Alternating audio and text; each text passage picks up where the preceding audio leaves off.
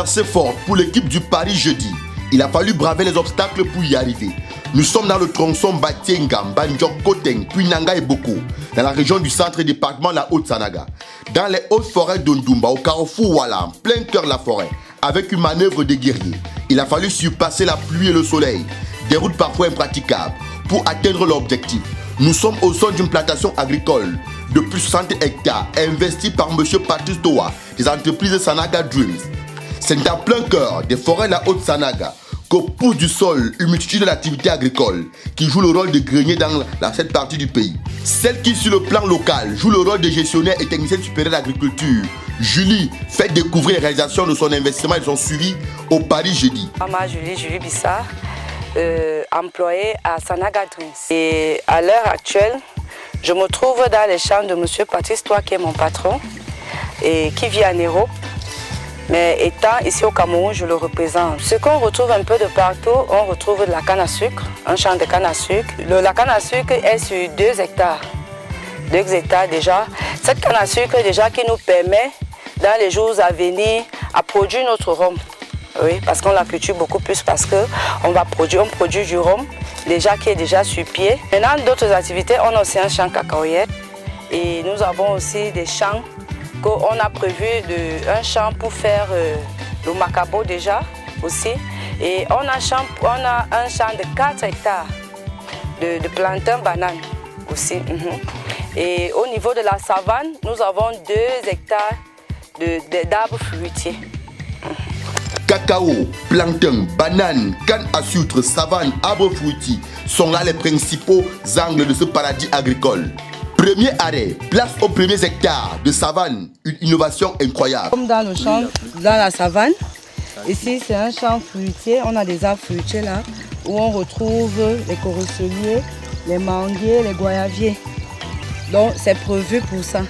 Et un peu plus devant, c'est où on sème notre foléré, on met le foléré et de temps en temps, on récolte aussi le poivre noir.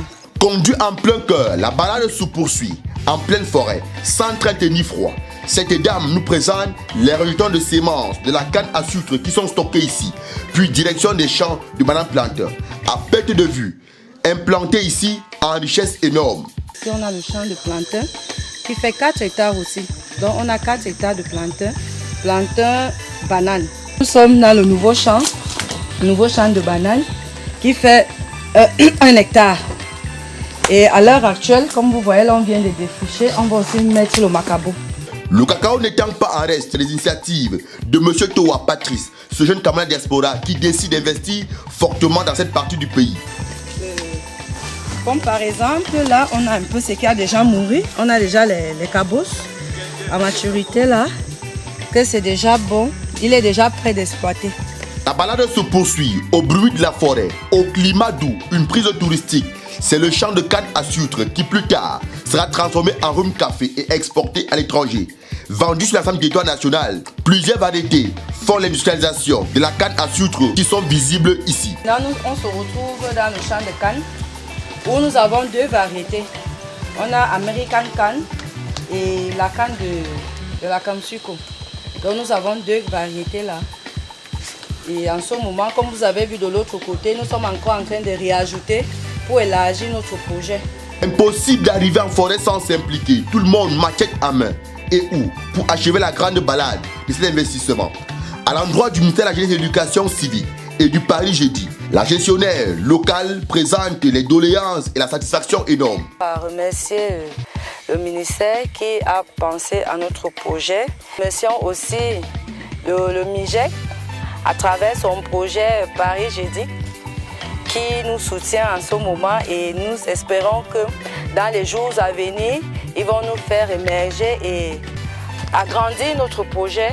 Le promoteur de Sanaga Dreams est donc ici un jeune investisseur camerounais, la diaspora qui semble comprendre l'importance de la terre, représenté ici par son porte-parole, retransmet le message intégralement. Disons déjà merci à la diaspora déjà pour commencer, et nous appelons tous ceux qui sont à l'étranger de revenir dans notre pays, parce que vous-même vous voyez, la terre ne ment pas, elle ne trompe pas. Nous sommes là qui viennent investir, on les attend à bras ouverts et nous soutenir dans nos projets. Comme la terre ne ment pas, nous remercions particulièrement Monsieur l'Excellence Paul Biya, le président de la République, de soutenir l'agriculture de notre pays, qui nous soutiennent. On l'appelle, on demande papa qui nous soutienne dans nos projets.